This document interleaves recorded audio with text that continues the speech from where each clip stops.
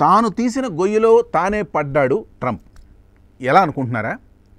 మనం మాట్లాడబోతుంది Melania Trump, ఆమె కుమారుడు బారన్, అలాగే ఆమె తల్లిదండ్రులను డీపోర్ట్ చేయాలని డిమాండ్ అవుతున్న వైరల్ గురించి మనం మాట్లాడుకుంటున్నాం. ట్రంప్ వలసేతల మీద కక్ష కట్టాడని, ఆ కక్ష ఇప్పుడు తనకు కూడా వర్తిస్తోంది. ఎందుకంటే మెలానియా ట్రంప్ తల్లిదండ్రులను డిమాండ్ చేయాలని పూర్తిగా ఓ పెద్ద పిటిషనే పడుతోంది. అవును, మీరు సరిగ్గా విన్నారు. వేలాది మంది ఈ పిటిషన్పై సంతకం కూడా చేస్తున్నారు. ఇది ఒక సంచలనం సృష్టిస్తోంది అనుకోండి. అసలు ఎందుకంత సంచలనం, ఏంటి ఆ పిటిషన్ అనేది ఓసారి తెలుసుకుందాం.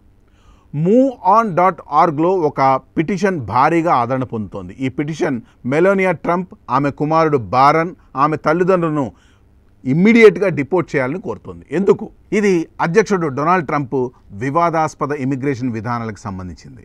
ఈ విధానాలు కొన్ని షరతులతో పౌరులను డిపోర్ట్ చేయవచ్చని సూచిస్తున్నాయి. మెలానియా 2006లో అమెరికా పౌరసత్వం పొందిన మాజీ యుగోస్లేవియా దేశస్థురాలు. ఈ విధానాల ప్రకారం సమానంగా పరిశీలించబడాలని పిటిషన్ వాదిస్తోంది. ఈ పిటిషన్ ఏమని చెప్తోందంటే, ఇది నిజంగా జాతీయ భద్రత గురించి అయితే మెలానియా కూడా వెళ్ళాలి అని చాలా గట్టిగా వ్యాఖ్యానిస్తున్నారు. మెలానియా సాధారణ సహజీకరణ పౌరురాలు కాదు. ఆమె అమెరికాలో పౌరసత్వం పొందిన మొదటి ఫస్ట్ లేడీ, యుఎస్ వెలుపల జన్మించిన రెండవ ఫస్ట్ లేడీ. ఆమె తల్లిదండ్రులు, ఆమె స్పాన్సర్షిప్ చేసిన గ్రీన్ కార్డులు, తర్వాత పౌరసత్వం పొందినవారు కూడా ఈ వివాదంలో భాగమయ్యారు. ఈ పిటిషన్ ఎందుకు ఇంతగా వైరల్?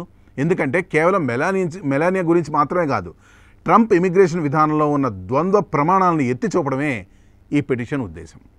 కాంగ్రెస్ ఉమెన్ మ్యాక్సిన్ వాటర్స్ వంటి విమర్శకులు 2025 మార్చి 25న లాస్ ఏంజల్స్లో జరిగిన ఒక ప్రతిష్టంభన సమయంలో మెలానియా ఇమిగ్రేషన్ చరిత్రను ప్రస్తావించారు. ఇది ఈ పిటిషన్కు ఊతం ఇచ్చింది. వాదన ఏంటంటే, జాతీయ భద్రతా కారణాలతో ఇమీడియట్గా మెలానియాని డీపోర్ట్ చేయబడవచ్చు. అయితే ఫస్ట్ లేడీ ఎందుకు మినహాయింపు పొందాలి?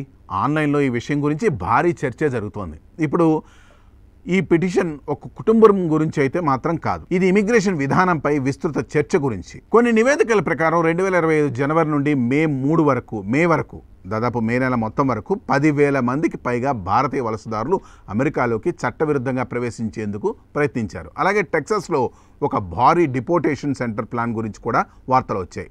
ఈ నేపథ్యంలో ఈ పిటిషన్ మరింత ఉద్రిక్తత పెంచుతోంది. ఎందుకంటే ఇది ట్రంప్ గీసిన గీటు కాబట్టి, ట్రంప్ తవ్విన గొయ్యి కాబట్టి. ఎందుకంటే ట్రంప్ చేసిన పాలసీ ప్రకారం వలసేతరులందరూ ఎట్టి పరిస్థితుల్లో దేశం విడిచి వెళ్ళాలి. ఆ ప్రకారంగా మెలానియా కూడా వెళ్ళాలి అన్నది ఈ పిటిషన్ ఉద్దేశం.